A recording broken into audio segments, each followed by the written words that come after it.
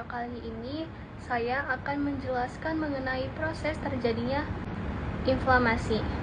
Radang atau inflamasi adalah respon fisiologis terhadap infeksi dan cedera jaringan.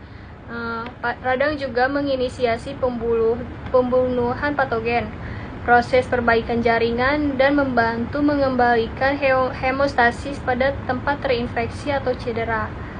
Selanjutnya yaitu saya akan menjelaskan mengenai mekanisme atau proses terjadinya inflamasi.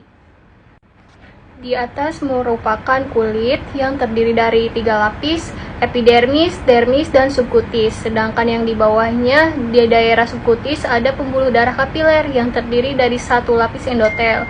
Apabila Anda terluka dengan benda yang tidak steril, maka akan ada mikroorganisme yang masuk, yang mana kemudian akan mengakibatkan makrofag itu mendatangi mikroorganisme tersebut dan melakukan fagositosis. Proses fagositosis yang dilakukan makrofag itu akan menginisiasi munculnya sitokain yang dilepaskan oleh makrofag menuju ke daerah endotel. Ketika sitokin itu masuk ke daerah endotel, dia akan mengaktifasi reseptor endotel yang kita sebut sebagai selektin. Selektin ini sensitif terhadap karbohidrat yang dimiliki oleh neutrofil, sehingga mengakibatkan neutrofil ketika adanya selektin yang teraktivasi akan berjalan menjadi lebih pelan. Selain itu, neutrofil juga memiliki reseptor yang disebut integrin, yang mana dia akan berikatan dengan reseptor yang dimiliki endotel, yaitu ICAM. Adanya ikatan antara integrin dan ICAM akan menyebabkan neutrofil menjadi berhenti bergerak di daerah yang mendekati daerah yang luka. Kemudian daerah yang luka akan memunculkan bradikinin.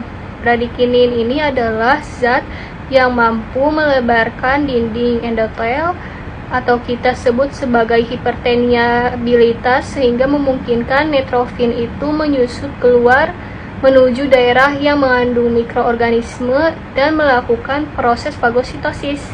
Setelah itu, bradikinin itu pun juga akan mengaktifkan sel mas, di mana sel mas tersebut akan mengeluarkan histamin.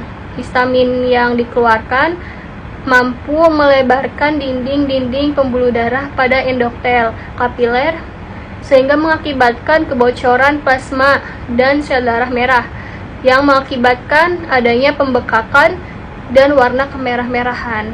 Bradikinin juga akan mengaktifkan prostaglandin pada sel endotel, sehingga prostaglandin akan merangsang sel-sel saraf dan memunculkan rasa nyeri. Itulah mengapa inflamasi memiliki 5 tanda, yaitu kemerahan, hangat, nyeri, pembekakan, dan penurunan fungsi pada daerah tersebut.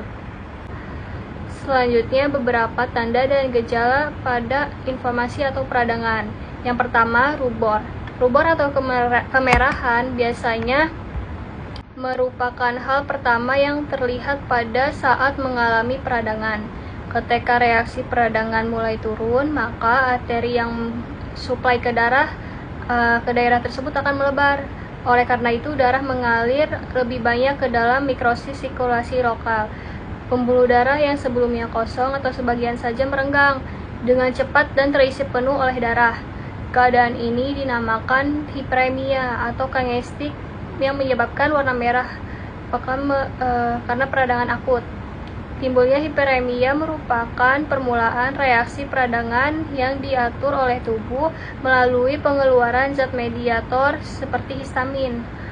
Yang kedua adalah kalor atau peningkatan suhu tubuh panas, merupakan reaksi pada permukaan tubuh, yakni kulit yang terjadi bersamaan dengan kemerahan.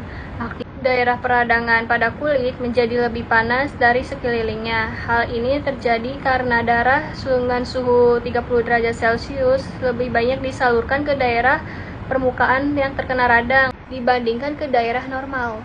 Yang ketiga yaitu dolor. Dolor atau nyeri dari reaksi peradangan dihasilkan dengan berbagai mekanisme perubahan pH lokal atau konsentrasi ion-ion tertentu dapat merangsang ujung-ujung saraf untuk mengeluarkan zat ini tertentu, misalnya mediator histamin atau mediator lainnya yang menyebabkan pembengkakan dan peradangan pada jaringan sehingga mengakibatkan peningkatan tekanan lokal dapat menimbulkan rasa sakit.